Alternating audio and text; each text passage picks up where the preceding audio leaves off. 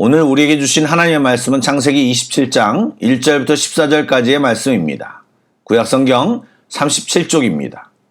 창세기 27장 1절부터 14절까지의 말씀을 드라마 바이블로 낭독합니다. 제27장. 이삭이 나이가 많아 눈이 어두워 잘 보지 못하더니 맏아들 에서를 불러 이르되, 내 아들아, 내가 여기 있나이다. 내가 이제 늙어 어느 날 죽을는지 알지 못하니 그런즉 내 기구 곧 화살통과 활을 가지고 들에 가서 나를 위하여 사냥하여 내가 즐기는 별미를 만들어 내게로 가져와서 먹게 하여 내가 죽기 전에 내 마음껏 내게 축복하게 하라. 이삭이 그의 아들 에서에게 말할 때 리브가가 들었더니 에서가 사냥하여 오려고 들로 나가매 리브가가 그의 아들 야곱에게 말하여 이르되, 내 아버지가 내 형 에서에게 말씀하시는 것을 내가 들으니 이르시기를 나를 위하여 사냥하여 가져다가 별미를 만들어 내가 먹게 하여 죽기 전에 여호와 앞에서 내게 축복하게 하라 하셨으니, 그런즉 내 아들아, 내 말을 따라 내가 내게 명하는 대로 염소떼에 가서 거기서 좋은 염소 새끼 2마리를 내게로 가져오면 내가 그것으로 내 아버지를 위하여 그가 즐기시는 별미를 만들리니 내가 그것을 내 아버지께 가져다 드려서 그가 죽기 전에 내게 축복하기 위하여 잡수시게 하라. 내 형 에서는 털이 많은 사람이요 나는 매끈매끈한 사람인즉 아버지께서 나를 만지실진데 내가 아버지의 눈에 속이는 자로 보일지라 복은 고사하고 저주를 받을까 하나이다. 내 아들아, 너의 저주는 내게로 돌리리니 내 말만 따르고 가서 가져오라. 그가 가서 끌어다가 어머니에게로 가져왔더니 그의 어머니가 그의 아버지가 즐기는 별미를 만들었더라. 평안히 주무셨습니까? 오늘도 주의 은혜가 충만한, 또 주님의 함께함을 경험하는 귀한 날 되시길 축복합니다. 아멘. 지난주에 살펴보았던 26장에서는 이삭의 멋진 신앙의 모습과 하나님과 함께하는 삶을 잘 보여주었습니다. 그런데 오늘 27장에 들어와서 1절 처음에 보니 이삭이 나이가 많아 눈이 어두워 잘 보지 못한다고 설명하며 말씀을 시작합니다. 이것은 26장과 27장 사이에 시간이 많이 흘렀다는 사실을 알려줍니다. 또 이삭의 눈이 어두워졌다는 표현은 육신의 상태뿐만 아니라 그의 영적 침체의 의미를 내포하고 있다는 사실을 말씀을 계속 읽어가면 알 수 있게 됩니다. 이삭은 스스로 자기가 언제 죽을지 모른다고 생각했지만 그는 야곱이 외삼촌 라반의 집에서 20년을 보내고 돌아왔을 때에도 여전히 살아있었고 180세가 돼서야 세상을 떠났습니다. 그의 이런 잘못된 상황 파악과 더불어 지금 이삭이 하려고 하는 행동을 보면 왜 영적 침체를 논하고 있는지를 잘 알 수 있습니다. 이삭은 에서가 장자의 명분을 하찮게 여겼을 뿐만 아니라 해족 속 여자를 둘이나 아내로 맡는 등 언약의 계승자로 문제가 있었음에도 그냥 에서에게 축복하려고 했습니다. 이미 언급한 바 있지만 지금 이삭이 하려고 하는 장자의 축복은 여느 가정의 장자의 축복과는 다릅니다. 지금 전 세계를 통틀어 믿음의 계보가 이어가고 있는 유일한 가정이 이 아브라함과 이삭을 통해 이어가는 가정뿐입니다. 그래서 함부로 행해서는 안 되고 커다란 의미가 있는 축복인 것입니다. 더구나 하나님은 리브가가 쌍둥이를 임신했을 때 리브가에게 특별히 말씀하신 이야기가 있었습니다. 큰 자가 작은 자를 섬길 것이라고 말입니다. 그런데 지금 이삭은 그 모든 것을 기억하지 못하고 신경도 쓰지 않고 자기가 사랑하는 에서에게 축복하려고 한 것입니다. 중요한 의식에 앞서 하나님께 기도라도 했다면 좋았을 텐데 불행히도 복잡한 상황이 전개되는 긴 27장에서 하나님의 이름은 많이 언급되고 있지만 믿음의 가정에서 하나님께 끝내 아무것도 묻지 않았고 이성적으로만 행동했음을 보여주고 있습니다.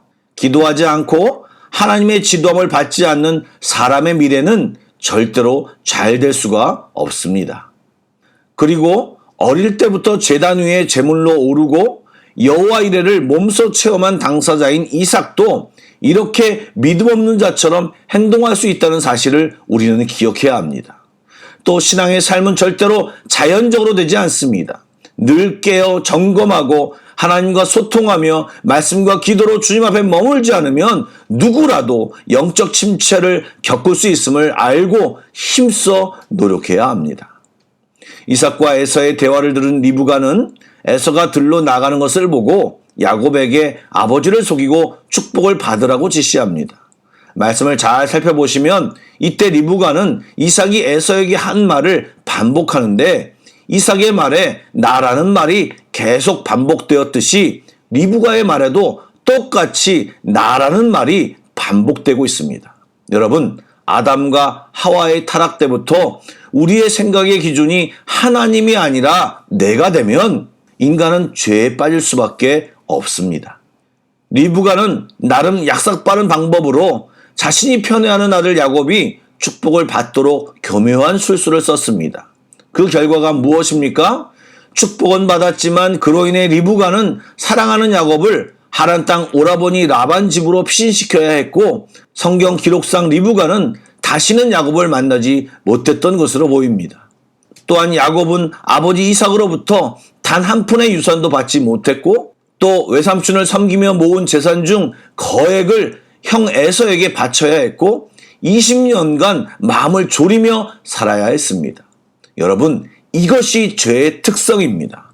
죄는 당장에 또 겉모습은 우리에게 유익을 주는 것 같지만 실제로는 언제나 큰 해악을 끼칠 뿐만 아니라 결과적으로 전혀 유익하지 않습니다.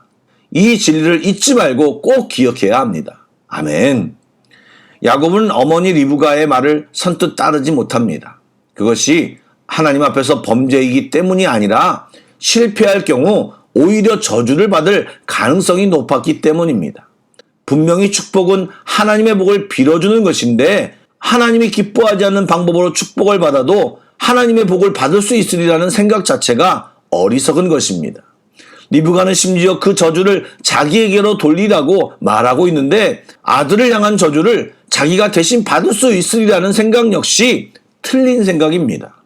리브가는 하나님의 말씀이 아니라 내 말을 따르라고 하며 결국 야곱에게 죄를 범하게 했고 그로 인해 형제가 원수가 되어 20년간 떨어져 살아야 했습니다. 리브가는 혹시 그것이 하나님의 뜻이라고 생각했을지 모릅니다. 그러나 목적만 선해서는 안 되고 과정도 선해야 합니다.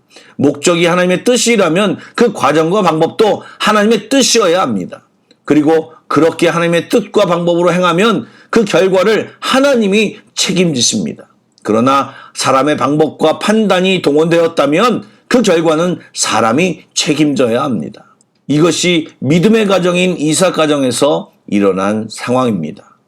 사랑하는 여러분, 하나님의 뜻을 따라간다고 하면서 쉽게 우리의 생각과 판단을 의지할 때가 너무나 많습니다.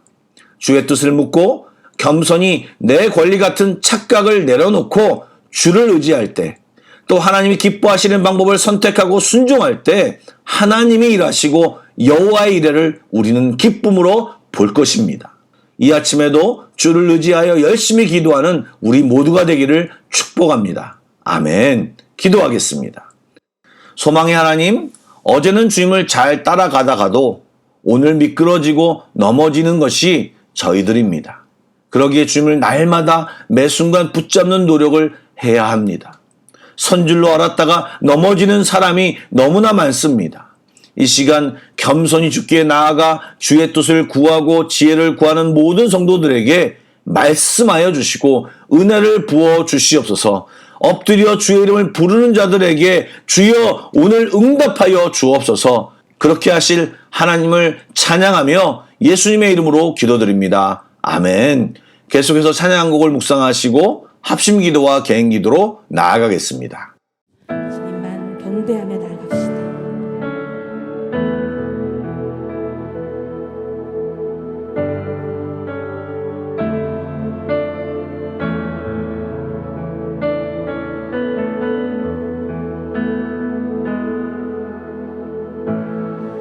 의지했던 모든 것 변해가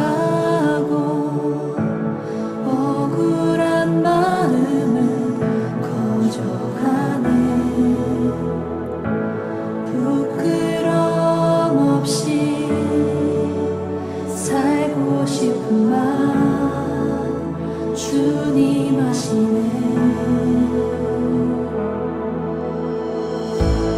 모든 일을 써